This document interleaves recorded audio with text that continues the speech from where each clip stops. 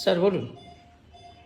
হ্যাঁ, এই একটা 16 ইয়ার্স ওল্ড বয়, ওর অ্যাঙ্কেলের উপরে এরকম একটা ফরেন বডি টুকরো টুকরো করে বের করা হয়েছে। এর আগেও অন্য দু জায়গায় অপারেশন হয়েছে দুবার। 7-8 মাস ধরে ওর ওখানে একটা আঘাতের পর থেকে কিছুতেই ঘা শুকাচ্ছিল না, কন্টিনিউয়াস ওখান থেকে পুঁজ বেরোচ্ছিল, রস বেরোচ্ছিল, আর ভুগছিল, বিভিন্ন জায়গায় ঘুরছিল। দুবারের মাঝখানে অপারেশন হয়েছে কিন্তু সারেনি, কারণও খুঁজে পাওয়া যায়নি যে ঠিক কী কারণ। তারপর এটা অপারেশন করে এই ওখান থেকে ইটের টুকরোগুলো বেরিয়েছে। স্যার পেশেন্টের নাম কি ছিল? পেশেন্টের নাম হচ্ছে কি সর্দার, কেন ওর নাম সুপ্রিয় সর্দার।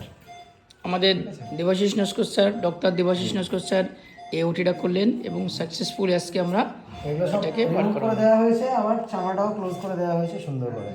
স্যার আমাদের সিয়াম মেশিন কেমন লাগলো এবং আপনাকে? ওকে অন্য অন্য জায়গায় বলা হয়েছিল যে এটা পা কেটে বাদ দিতে হতে পারে, তার কারণ এই ইনফেকশন সারানো যাবে না, বুঝতে পারলেন? কিন্তু ব্যাপারটা হচ্ছে বলার কারণও আছে, কারণ ঠিক আর্টারির উপরেই এগুলো ডিপোজিটেড হয়েছিল। 2-3 বার ঘাটা পেয়ে ওরা আরও ভিতরে চলে গেছিলো, সেখান থেকে এটাকে বের করা হয়েছে। Thank you sir. এখানে সিয়াম মেশিনটা কেমন লাগলো একটু বলুন। অফ করে দিয়েছে ওরা সব, আমরা সিয়াম দিয়েই তো বের করলাম। সিয়াম মেশিন ভালো লাগে? সিয়াম না থাকতো এটা বের করা সম্ভব ছিল না। এটা সব রেডিও ওপেক ফরেন বডি। এই যে ছবিটা দেখান, এখানে আসুন। এই যে রেডিও ওপেক ফরেন বডি, এই যে এক্সরেতে দেখা যাচ্ছে এপিল্যাটারাল দুটো ভিউতেই। ভালো করে দেখান, আরো ক্লোজ ভিউ নিন, ক্লোজ ভিউ নিন, দেখা যাচ্ছে ওই যে একটা বুলেটের মতো এপিল্যাটারাল। হ্যাঁ, ওইটা একটা, ওই যে টুকরো টুকরো করে বের করা হয়েছে। থ্যাংক বাড়ির ইউ। লোককে পাঠিয়ে দিন।